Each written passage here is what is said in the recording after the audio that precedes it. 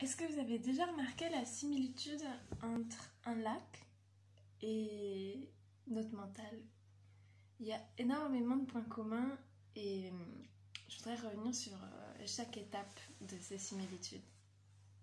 Par exemple, quand on s'assoit au bord d'un lac et qu'on regarde, quand tout est plutôt calme, on peut voir à travers l'eau le fond du lac et on va voir les pierres, parfois les poissons qui passent au fond. Et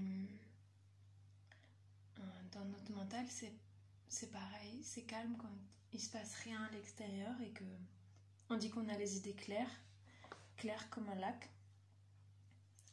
Et voilà. Et si le vent se lève, si un paramètre extérieur au lac arrive, la surface va commencer à avoir des turbulences.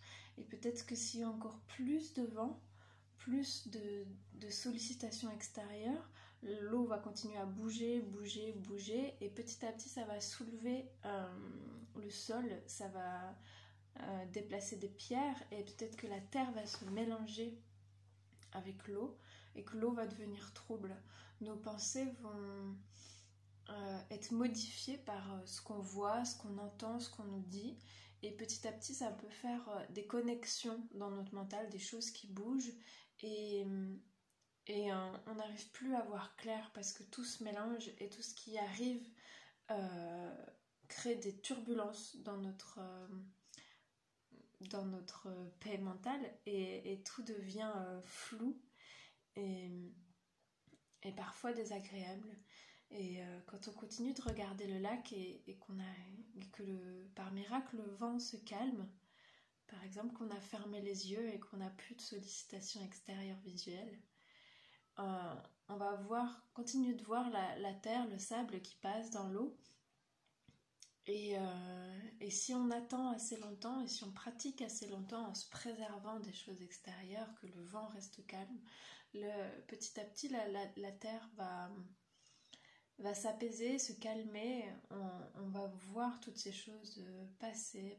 Parfois c'est des dossiers qu'il faut qu'on sorte et si on continue de pratiquer par exemple par la méditation qui calme, qui nous pose des protections de sollicitations extérieures, à un moment donné, au bout de la pratique, d'un coup, on ne sait pas quand ça arrive, l'eau redevient claire et la paix revient.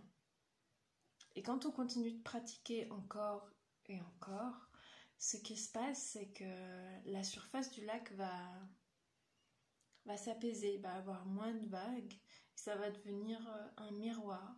On va voir le ciel se refléter. Et quand on pratique encore et qu'on sait savourer ces moments de calme et de pensée claire, on va peut-être apercevoir notre visage se refléter dans le lac. Et au fond, on va apercevoir des nouveaux aspects de nous-mêmes qu'on n'avait jamais remarqués, qui ont toujours été là. Et on va apercevoir certaines de nos qualités, de nos caractéristiques au fond du lac, parce qu'on aura laissé toutes ces choses se reposer dans le calme et on va apercevoir notre vrai moi. Et j'aime beaucoup cette comparaison au lac. J'espère que ça vous a plu et vous pouvez... là c'est un exemple de méditation que vous pouvez faire complètement tout seul. Asseyez-vous, fermez le vent, les yeux et observez le lac qui est en vous.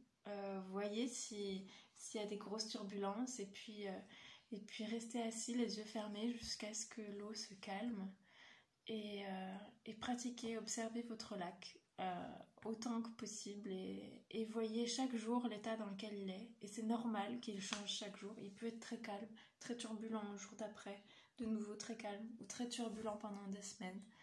Et c'est complètement normal parce qu'on a plein de sollicitations extérieures, intérieures qui se passent et c'est la nature et c'est comme ça qu'il faut l'accepter et l'observer.